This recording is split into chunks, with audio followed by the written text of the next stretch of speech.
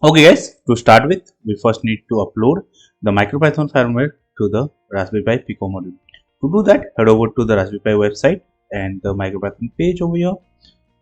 So just click on the module that we are having. Right now I'm having the Pi PICO W module. Just download the firmware and now connect your Raspberry Pi PICO module while pressing the select button. So if you do that, you will see a new drive like this one, RPA RP2. Now copy this firmware to the drive, and after successfully copying it, it should auto restart. You'll find the link to the firmware page down below in the description. Now head over to VS Code, and over here first we need to add Pymakr extension. To do that, just get into extensions and search for Pymakr. Okay, now we should see something like this. Now head over here, just select create new project, and I'm just going to create over here Pico Blink, and over here you can select LED example, but that will give you the example for Pi board, so that won't work with the Pi Pico module. So yep, now go to workspace. Oh sorry, not this one. Now list all devices.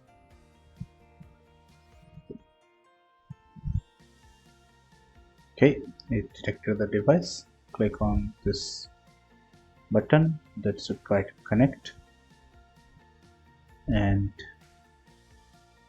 see something like add device, and we are going to add this particular device to this project. Now we should be able to upload and download code to the Pico. So over here I'm already running a script, so I'll just click on stop script and go to the Explorer, and you see inside the Pico Blink it has created two files. One is main.py and boot.py. So we'll not get into boot.py. That is a very specific thing if you want to do with the board. You can write your code there, but in main.py I'll just write a simple Blink program. Okay, so import machine from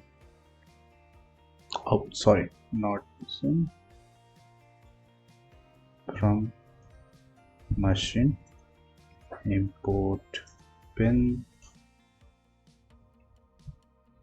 and I'll also import time so as to have some delay that we can use to blink the LED. Now create a pin for that WGLabz, then the name, and this LED just addresses the inbuilt LED or the onboard LED basically. We'll just put pin dot. Now go here, we'll just have while 1, and we'll first make pin dot